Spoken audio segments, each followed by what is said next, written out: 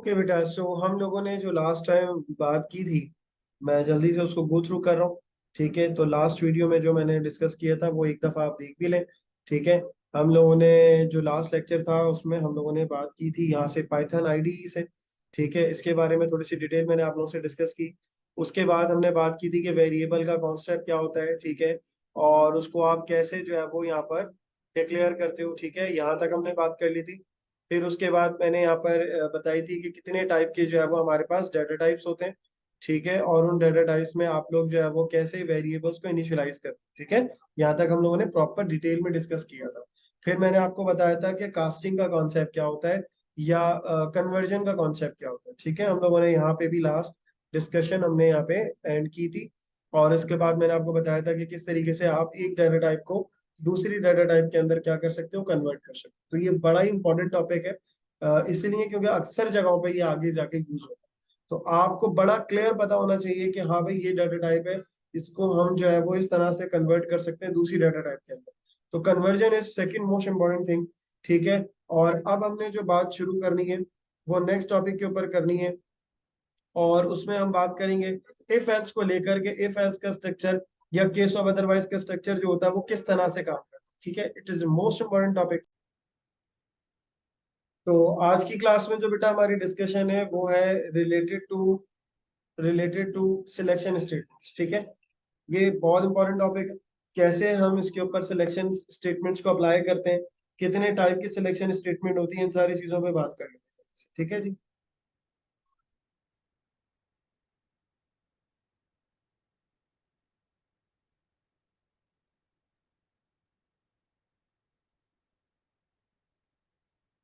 तो सबसे पहले तो आप यहाँ लिख लें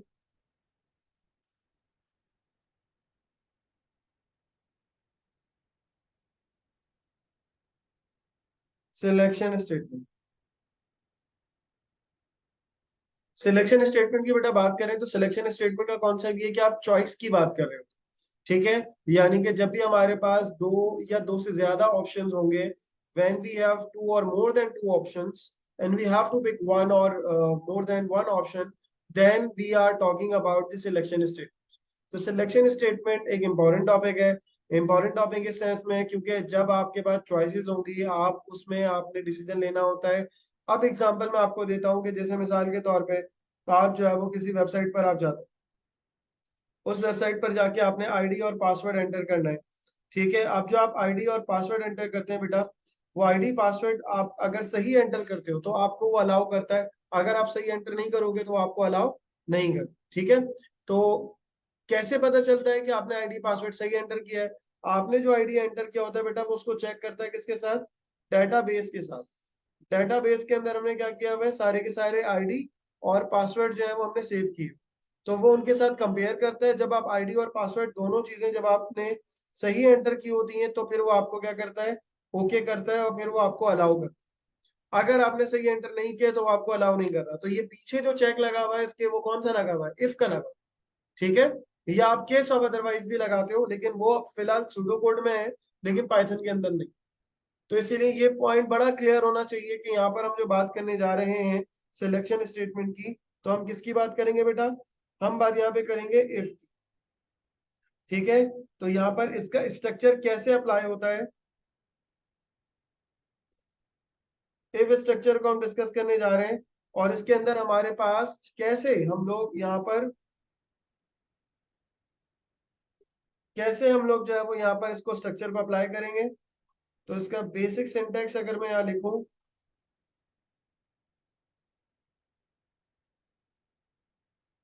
तो बेसिक सिंटेक्स ये है कि आपने लगाया यहाँ पे इफ, और उसके बाद आपने यहाँ क्या लगा दी बेटा, कंडीशन। ठीक है, यहाँ पर आप लिख देंगे कंडीशन, इफ और कंडीशन।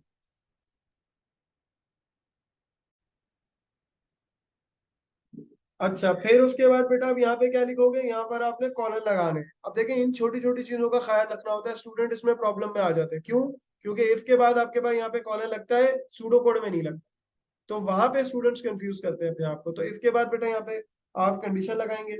उसके बाद मैं स्ट्रक्चर के अंदर ही यहाँ पे ये लिख रहा हूँ, ये एरो बना रहा हूँ ताकि आपको कंफ्यूजन क्लियर हो जाए। आपने यहाँ स्पेस देना है। बेसिकली ये सिंगल स्पेस नहीं है, ये मल्टीपल स्पेस कह सकते हैं आप।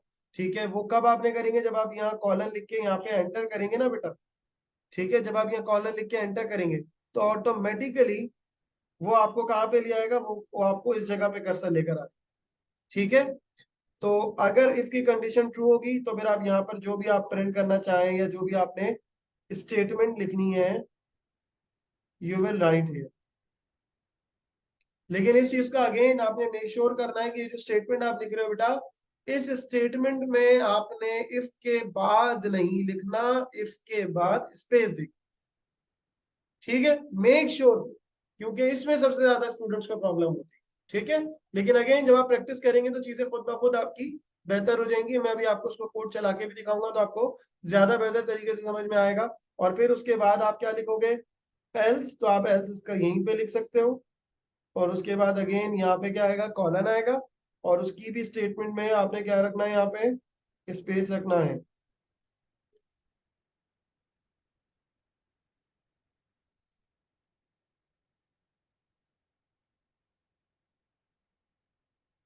ठीक हो गई बेटा बात यहाँ तक? तो ये वाला पॉइंट जो है ना वो आपको बड़ा ही क्लियर पता होना चाहिए। इफ कंडीशन फिर स्टेटमेंट, उसके बाद एल्स, और उसके बाद फिर स्टेटमेंट विद स्पेसेस। तो ये दो स्पेसेस का आपने यहाँ पे ख्याल रखना होगा। अगर आपने स्पेस नहीं दिया तो बेटा वो एरर हो जाए। ठीक है, यानी मैं यहाँ पर लिख के भी दिखा देता हूँ, रेड पेन से लिख देता हूँ ताकि ये याद रहे कि भाई ये आपने नहीं करना है। कि अगर आपने यहाँ इफ लिखा, कंडीशन लिख दी और यहीं पे आपने जो है वो स्टेटमेंट दी, तो ये गलत। ठीक है, अच्छा फिर इसके अलावा अब इसका एक कोड करते हैं जो कि मैं पहले आपको यहाँ पे थ्योरी में सिखाऊंगा, उसके बाद फिर मैं लैब में प्रैक्टिकली आपको करके भी दिखा दूंगा। तो अज्यूम कर लें क्वेश्चन को, जैसे मैं आपसे ये कहता हूँ कि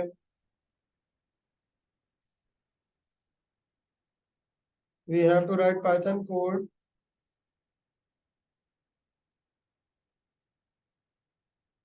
that input a number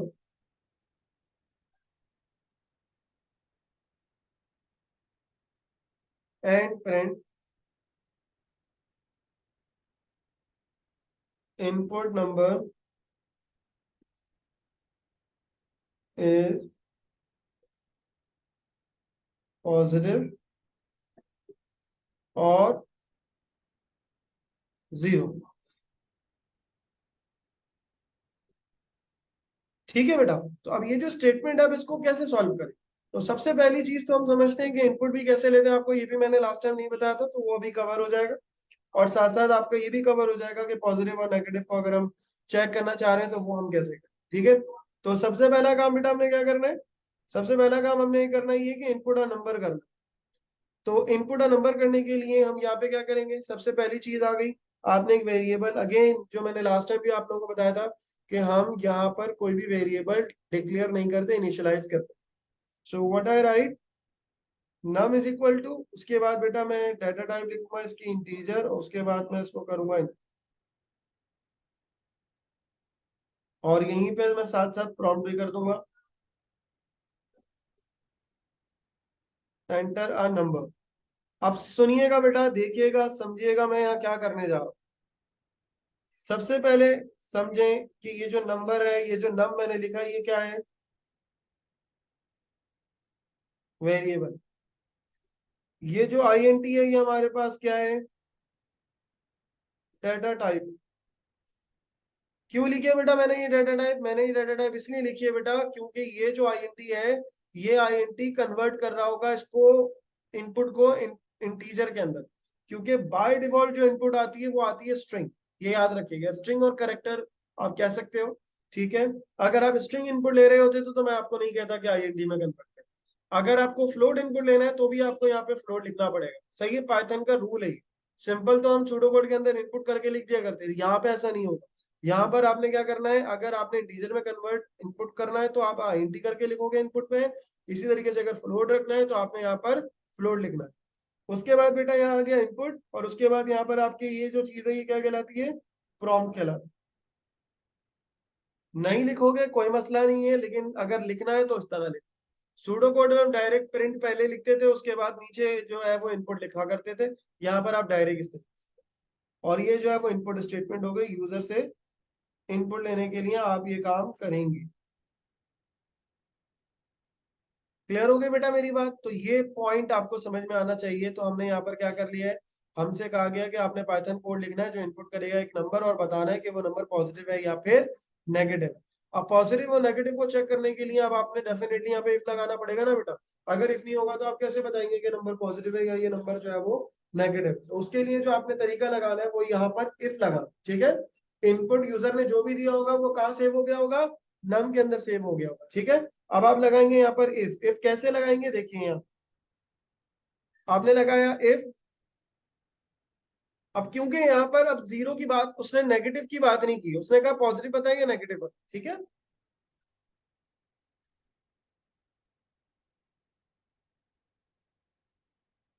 तो आपने लगाना if num is equal to, बल्कि ग्रेटर देन लगा दें, if num greater than zero. तो देन करके आपने क्या प्रिंट करना है बेटा, जीरो। और अगर सॉरी सॉरी सॉरी, यहाँ जीरो नहीं, यहाँ तो हम पॉजिटिव लिखें।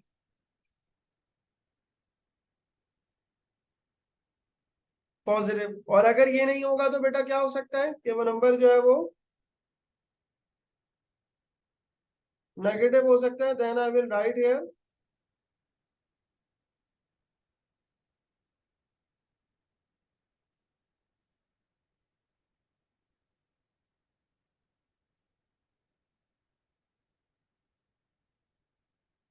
तो ये अब आपका कोड हो गया। आपने शुरू में पहले इनपुट ले लिया, और इनपुट लेने के बाद आपने क्या कर लिया, यहाँ पे उसको चेक करा लिया कि वो यूजर ने जो नंबर एंटर किया बेटा वो पॉजिटिव है या फिर वो नेगेटिव। ओके। तो अब आप लोगों ने क्या करना है, अब आप लोगों को, बल्कि एक काम करता हूँ, पहले मैं इसका एलिफ भी आपको बता देता हूँ, ताकि आपको ये कॉन्सेप्ट जो है ना बिल्कुल क्लियर हो जाए कि किस तरीके से अगर हमारे पास दो से ज्यादा पॉसिबिलिटी हो। क्योंकि अभी पॉसिबिलिटी कितनी थी बेटा, दो थी ना। या तो वो नंबर पॉजिटिव हो सकता है, या फिर वो नंबर क्या हो सकता है, जीरो हो सकता है। तो अब अगर मैं आपसे ये कहूँ कि पॉजिटिव नेगेटिव की मैं बात ही नहीं करूं, बल्कि मैं आपसे डायरेक्टली बोलूंगा पॉजिटिव नेगेटिव जीरो तीनों बता, फिर आपके पास कितने इफ लग सकते हैं, दो इफ लगेंगे, क्योंकि पॉसिबिलिटी कितनी हो गई, तीन। याद रखें जब आपके पास दो पॉसिबिलिटी है तो इफ में एक पॉसिबिलिटी, और फिर एल्स में बाकी दूसरी पॉसिबिलिटी कवर हो जाएगी। लेकिन आपके पास पॉसिबिलिटी कितनी है, दो से ज्यादा है, तो फिर इफ एल्स नहीं लगेगा, बल्कि इफ एल्स के साथ साथ एक एलिफ भी ऐड हो जाएगा। एलिफ क्या चीज है वो मैं आपको समझाता हूँ, ठीक है। अब पहले, सबसे पहले मैं क्वेश्चन लिख रहा हूँ, समझ में आना चाहिए क्वेश्चन, उसके बाद फिर बात को आगे लेके चल, ठीक है जी।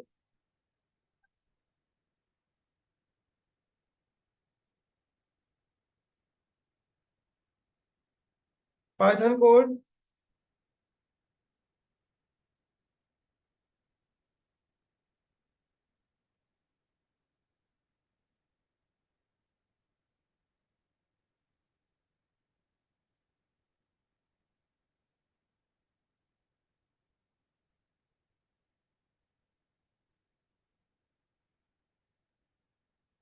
अब यहाँ पर मैंने आपको क्या बात बोली बेटा, तीन चीजों की बात कर। अब देखिए पॉसिबिलिटीज कितनी है, एक पॉसिबिलिटी हो गई आपकी पॉजिटिव की, एक पॉसिबिलिटी आपकी जीरो की, और तीसरी पॉसिबिलिटी किसकी हो गई बेटा, जीरो। ठीक है, तीन हो गई ना, पॉजिटिव नेगेटिव और जीरो। अब इस कोड को बेटा कैसे करेंगे, इस कोड को करने के लिए सबसे पहले आपने, डेफिनेट सी बात है, पहले आपने इनपुट करना है। तो आप यहाँ लिखेंगे num is equal to, again casting conversion पढ़ाइए, लास्ट वीडियो देख लें जिन्होंने नहीं देखी। इनपुट, अच्छा अगेन बार बार बता रहा हूँ भाई, प्रॉम्प्ट करना जरूरी नहीं, मर्जी है, लेकिन अच्छा लगता है कोड, कर लो तो क्या बुरा, ठीक है। तो एंटर,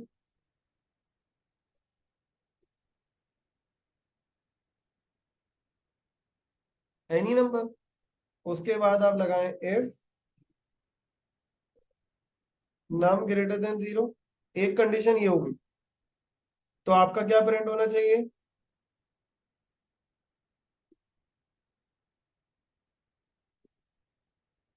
अगर ये नहीं हुआ तो फिर क्या हो सकता है, एक और कंडीशन हो सकती है, तो आप यहाँ एल सिर्फ नहीं लिखोगे बल्कि एलिफ लिखोगे। और उसके बाद आपने सेकंड कंडीशन देनी है लेसर देन 0। तो क्या प्रिंट होगा बेटा यहाँ पे? नेगेटिव। और अगर ये भी नहीं होता तो फिर आपका क्या आ जाएगा?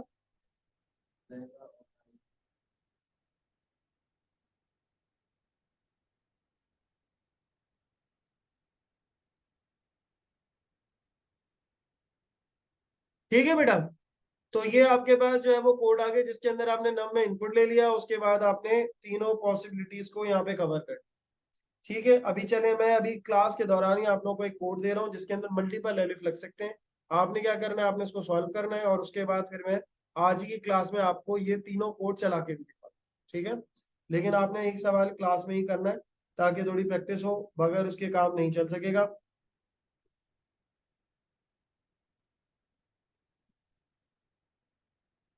We have to write Python code that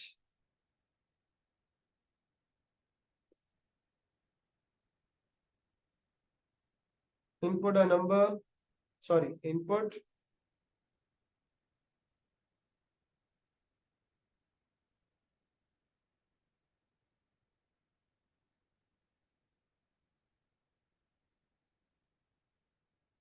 and print comment।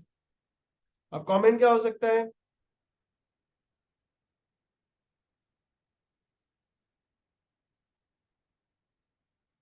Print very good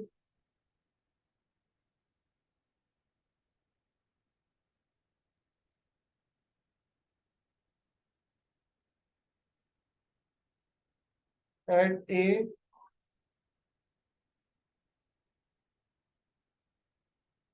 good at B,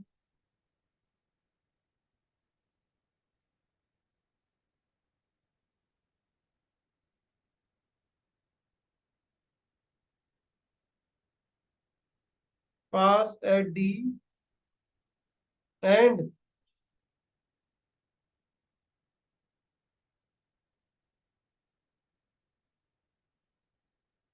fail नहीं लिखते बल्कि अनग्रेडेड लिख लेते हैं यार,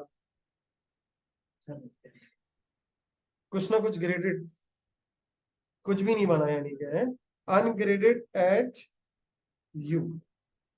अब सबसे पहले तो आपने क्या चीज देखनी है बेटा? सबसे पहले तो आपने देखनी है पॉसिबिलिटीज। एक पॉसिबिलिटी या ए, बी, सी, डी और ई, कितनी टोटल? 1 2 3 4 और 5, 5 पॉसिबिलिटीज आ गई। अब इन 5 पॉसिबिलिटीज के लिहाज से आपने कोड लिखना है। मैं वीडियो पॉज कर रहा हूँ, जो बच्चे ऑनलाइन पढ़ रहे हैं वो भी वीडियो पॉज करें, उसके बाद सॉल्व करें, फिर मैं आंसर आपको सॉल्व करता हूँ। ठीक है, लेकिन पहले खुद से करना जरूरी है। ओके बेटा, तो सबसे पहले तो हमें यहाँ पे जो है वो ग्रेड इनपुट करना है। ठीक है, सबसे पहले आप कोड को रीड करें, ग्रेड इनपुट करना है। तो अब यहाँ पे आप लिखते हैं ग्रेड। अब ग्रेड ऑलरेडी करेक्टर्स के अंदर है, तो आपने यहाँ पर उसे इंटीजर में कन्वर्ट नहीं करना वरना एरर हो जाए। You will just right input, enter your grade. Okay, उसके बाद बेटा आपने यहाँ क्या लगाना है? इफ ग्रेड, अच्छा कुछ बच्चों को अभी नहीं पता होगा, यहाँ पर इक्वालिटी के लिए आप सिंगल इक्वल नहीं डबल इक्वल लगाए। ए होगा तो आप यहाँ क्या प्रिंट कर देंगे?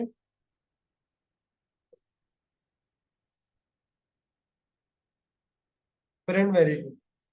ठीक है, फिर इसी तरीके से अगर ये नहीं है तो एलिफ करके आप क्या देखेंगे? ग्रेड अगर बराबर किसके हो रहा है? बी के हो रहा है, तो आप क्या प्रिंट करेंगे बेटा यहाँ पे?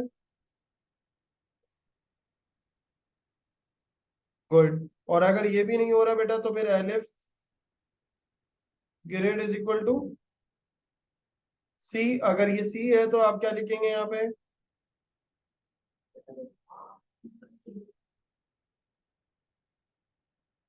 यहाँ लिख देंगे डी, सॉरी, यहाँ पर आप लिख देंगे फेयर। ठीक है, फिर इसी तरीके से अगर आपके पास ये भी नहीं है तो elif grade is equal to D. तो आप यहाँ क्या लिख देंगे बेटा? प्रिंट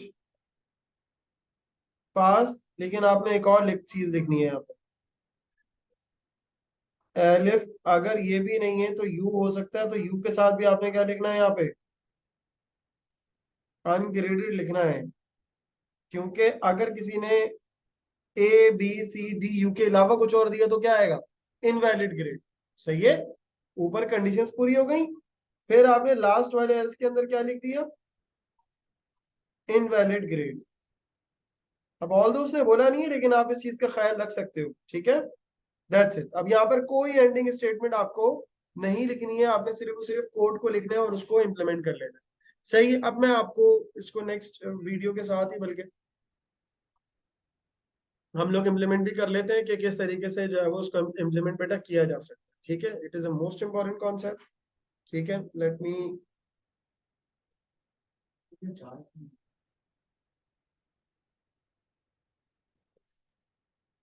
2 मिनट रुको, मैं आपको बताता हूँ कि आप क्या कहना चाह रहे हो।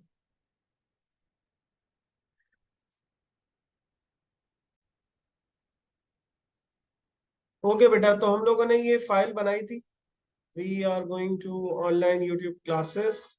ठीक है, और यहाँ तक हम लोगों ने कर लिया था।